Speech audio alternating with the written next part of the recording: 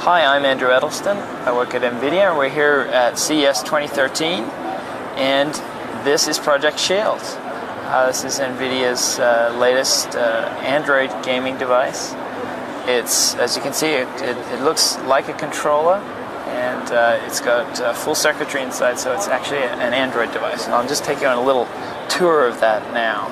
So we have the Shield itself at the front. When we pick it up and hold it, it fits very nicely in the hands. It's been beautifully designed to be comfortable and well balanced.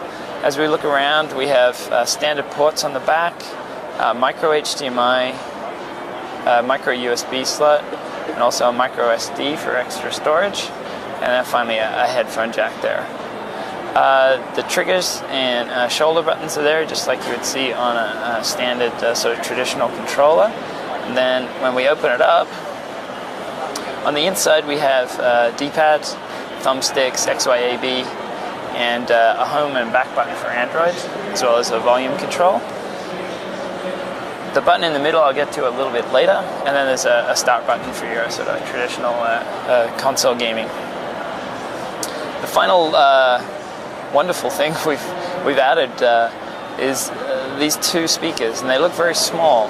But what we actually did was we designed in what's called a bass reflex system. So in addition to the driver you can see here, there's actually a tube that goes down the side, and we then use an air chamber here to give really good bass response.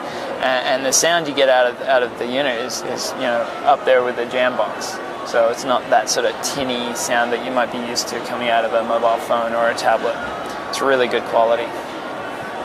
When we move up this side, this is a 5-inch 720p touch panel, and you can use this just like normal. So this is a full touch screen with multi-touch. You can pinch zoom, you can scroll web pages, whatever you like. We've also built into the OS now gamepad control, so I can move around and navigate and so on with the actual gamepad, even into widgets like you see here. So we can jump into the menu, can pick a game, we can start Gmail, whatever we like. And this is standard Android, it's Jelly Bean 4.2 at the moment, and we're going to be keeping that nicely maintained with the Google releases. I mentioned before the Shield button, which is right here. So this is an Android device, but it's a gaming device, and we wanted Shield to have two personalities. We wanted it to be able to be used to check your email, or use Play Store, watch movies, stream them to your TV, all the normal things. But then when you hit the Shield button, we wanted it to go into gaming mode. So rather than skim the OS, we actually provide a second application that's specifically targeted to browse your games. So these are all the games that are installed on the system that I've been playing recently. And then if we want to go into one of these, we can just hit A, and we'll actually start the game straight from here. So it's kind of like a Shield-specific launcher. You could think of it like that. So the game we're looking at here is actually called Real Boxing. This was released previously on iOS, but the developers took it and really went to town with Tegra 4. So Tegra 4 provides a whole bunch of new functionality. In addition to more CPU power, it has 4 quad A15 ARM processors, so that lets you do really high resolution physics simulations, particle effects that might actually collide with world objects. Advanced AI, so in this game actually the AI is pretty good. It knows how to dodge and weave and actually grab you if it thinks it's losing. And then on the graphics side, we have a much more powerful GPU. So we now have 72 shader cores or GPU cores, whereas in the Tegra 3 we only had 12.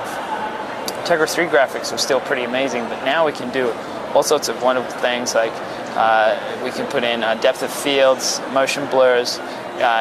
You'll see when I get hit there, they actually bring in and do a blur effect on the screen to give it a bit more realism. If anyone in your audience has been hit, you may know what that feels like. The other thing, we've added per pixel specular lighting to the boxes, so they get that sheen, and as they go along, they get sort of sweaty. And then I think the final thing for this particular game is they added deformation.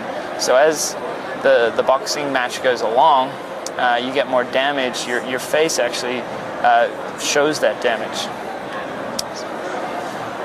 And if we hit the shield button again, we jump out of there. And there's another game, Hawken here.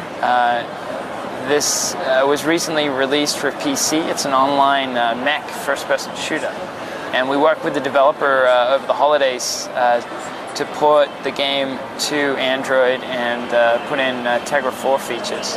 And then, you know, it's amazing to see it running natively on such a small device when it's come straight from a PC. So you can see here, it's a mech combat game. So we have, you know, we have missiles and machine guns. We also have grenades and shield effects as we go along a bit further.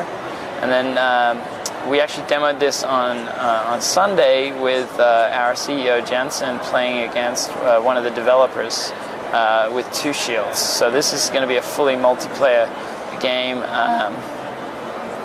Yeah, it's looking really cool, and can't wait to see it actually complete and out on the platform.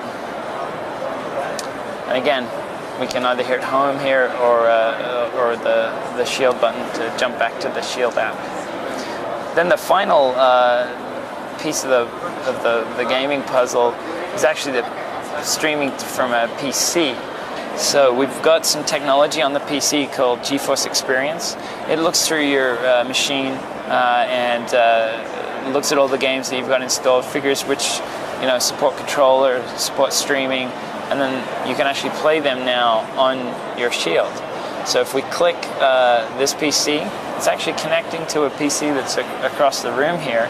You can imagine, similarly, it would be, you know, you might have your gaming PC like I do. I have it in a separate room, but you know, I'm sitting on the couch with my wife, and you know, I want to play my game while she's watching some TV. I can do that now. I can just click, connect to my PC, browse through the games I have installed. So we might play Assassin's Creed, for instance. So what's happening now is the actual game is launching on the PC, and if the Wi-Fi lets us, yes, it has. So now what we're actually seeing is a video stream from the PC. So we're going to get full, you know, GTX 680 level graphics pushed across to our device, and we can play it. The lag is almost imperceptible. We've worked very hard to make sure that the latency between when the final frame is rendered on the PC, it's then pushed through a high-speed video encoder and sent across the wire, or indeed across wireless, to the device. And then on this side, the Tegra has a high-speed video decoder, and we do the opposite. We decode the frame and put it to the screen as quickly as we can. So if we press start, and yeah, so you have full control of the character. We've got a save game here, and as you'll see in a sec, it's you know, it's amazingly fast. The graphics are super detailed, just like you would see on your PC. And indeed, some of the games actually look better because the screen is so crisp, and the graphics just look absolutely amazing. So as you can see, it's really nice and fast, and I play just like I would on my PC. But I can do it now from my lounge room, from my bedroom, anywhere around the house. So the Shield does a number of things locally. You can also, as I mentioned previously, there's an HDMI port, and you can now output that to a big screen TV. So we have like a nice big TV up here, like you would in your lounge room, and you know, we can jump in, we can play a game, and it's all streamed in real time up to the television.